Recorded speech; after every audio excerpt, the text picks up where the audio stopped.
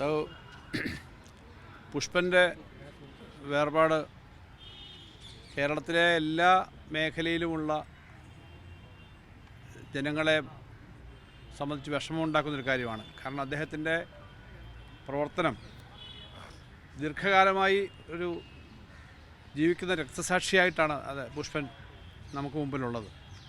പുഷ്പനുമായിട്ട് വളരെ വികാരപരമായ ബന്ധമുള്ള ആളുകളുടെ കൂട്ടത്തിൽപ്പെട്ടവരാണ് ഞങ്ങളൊക്കെ. എന്ന് പറഞ്ഞാൽ എല്ലാവർക്കും ബന്ധമുണ്ടെങ്കിലും വലിയൊരു സമരം, വിദ്യാർത്ഥി സമരം നടക്കുമ്പോൾ വിദ്യാർത്ഥി യുവജന സമര രംഗത്ത് ഞങ്ങളെല്ലാവരും ഉള്ള സമയത്താണ് ആ സംഭവം ഉണ്ടാകുന്നത്.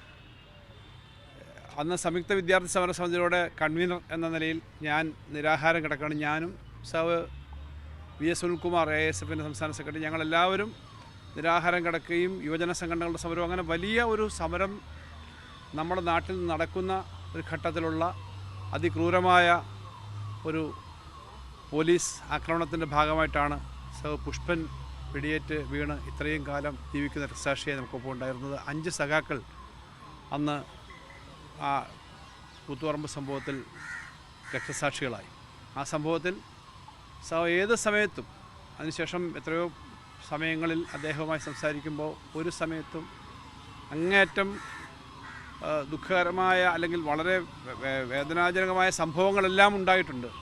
വ്യക്തിപരമായ ജീവിതത്തിൽ അദ്ദേഹത്തിൻ്റെ ഈ വലിയ പീഡനങ്ങളെ ഏറ്റുവാങ്ങിക്കൊണ്ട് അദ്ദേഹം ജീവിക്കുമ്പോഴും ഏറ്റവും ശക്തമായ, എപ്പോഴും ആവേശം നൽകുന്ന ഒരു സംസാരവും കാര്യങ്ങൾ മനസ്സിലാക്കുന്നതും രാഷ്ട്രീയ കാര്യങ്ങൾ സംസാരിക്കുന്നതൊക്കെ വളരെ പോസിറ്റീവായിട്ട് തന്നെ എപ്പോഴും കാണുന്ന ആളായിരുന്നു പുഷ്പൻ. വിദ്യാർത്ഥി യുവജന രംഗത്ത് പ്രവർത്തിക്കുന്ന എല്ലാവരെ സംബന്ധിച്ചും പൊതുരാഷ്ട്രീയ രംഗത്ത് പ്രവർത്തിക്കുന്നവർക്കും ഏത് രാഷ്ട്രീയക്കാർക്കും വളരെ ആവേശം നൽകുന്ന ഒരു ഓർമ്മയാണ് പുഷ്പൻ്റെ ഈ വിയോഗം അങ്ങേയറ്റം ദുഃഖകരമാണ്. അതോടൊപ്പം അദ്ദേഹത്തിൻ്റെ ജീവിതം, അദ്ദേഹത്തിൻ്റെ ത്യാഗം വളരെ ആവേശകരമായ ഓർമ്മയായിട്ട് നമ്മുടെ എല്ലാം മനസ്സിലുണ്ടാകും.